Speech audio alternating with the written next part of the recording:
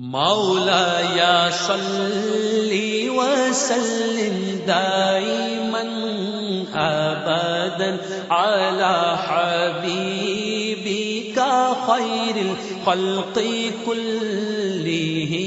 बाब मता यसह समाउ सगीर। इस बारे में कि बच्चे का हदीस सुनना किस उम्र में सही है।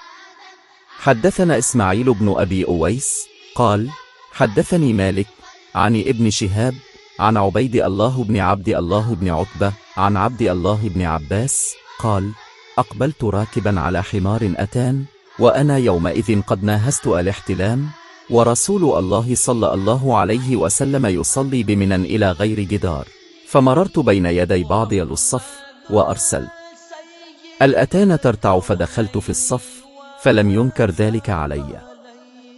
हमसे इस्माईल ने बयान किया, उनसे मालिक ने, उनसे इब्न शहाब ने, उनसे उबैदुल्लाह बिन अब्दुल्लाह बिन उतबा ने, वो अब्दुल्लाह बिन अब्बास रज़ी अल्लाह अन्हुमा से रवायत करते हैं कि मैं एक मर्तबा गधी पर सवार होकर चला।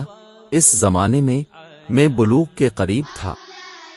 रसूल अल्लाह सल्लल्लाहु अलैहि वसल्लम मिना में नमाज पढ़ रहे थे और अब के सामने दीवार की आड़ न थी, तो मैं बाज़ सफ़ों के सामने से गुज़रा और गधी को छोड़ दिया।